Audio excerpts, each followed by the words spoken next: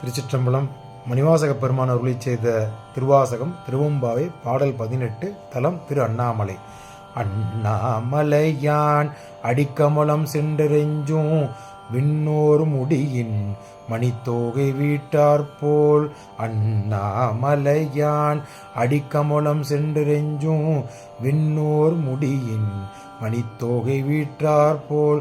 கண்ணார் இரவி கதிர்வந்து கார்கரப்ப தன்னார் ஒளி மழுங்கி தாரகைகள் தாமகல.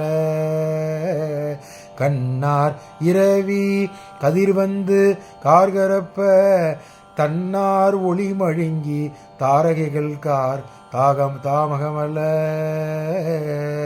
பெண்ணாகி ஆனாய் அழியாய் பெருங்குழிச்சேர். பெண்ணாகி ஆனாய் அழியாய் பெருங்குழிச்சேர். விண்ணாகி மண்ணாகி இத்தனையும் வேறாகி. விண்ணாகி மண்ணாகி இத்தனையும் வேறாகி.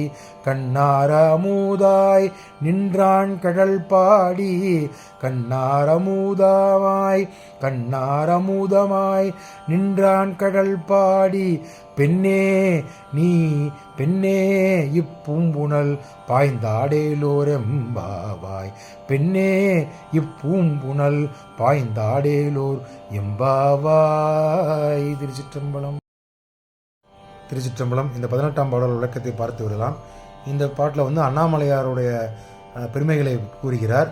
அவர் எப்படி இருக்கிறார் என்றால், சூரியன் ஒளிக்கதிர் பற்றவுடன் இந்த பூமியில் இருக்கிற எல்லா ஜீவராசிகளுக்கும் ஒரு புத்துயிர் கிடைக்கும், புத்துணர்ச்சி கிடைக்கும். அதுபோல் நட்சத்திரங்கள் எல்லாம் மறைந்து விடும். எப்படி எல்லாம் நட்சத்திரம்லாம் மறைந்தனவோ அப்படி அண்ணாமலையாரின் திருவடியை பணிந்து தேவர்களின் மணிமுடி, தேவர்கள் எல்லாம் மணிமுடிகள் அணிந்திருப்பார்கள் அல்லவா, அந்த மணிமுடியில் இருக்கும் நவரத்தினங்கள் எல்லாம் மறைந்து விடுகின்றனவா, அதாவது ஒளி இழந்து விடுகின்றனன்னு சொல்லி இந்த பாடலில் சொல்கிறார்.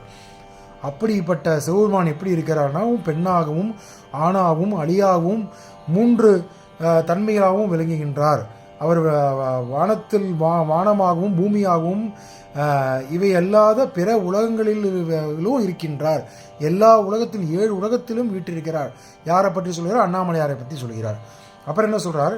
கண்ணுக்கும் இனிய அமுதமும் போல தோன்றும் அவரது சிலம்பமான திருவடிகளை போற்றி நாம் வணங்கி பாடுவோம். யார அந்த தோழிகளிடம் அந்த தோழிகள் சொல்வதைப் போல இந்த பாடல் அமைந்துள்ளது.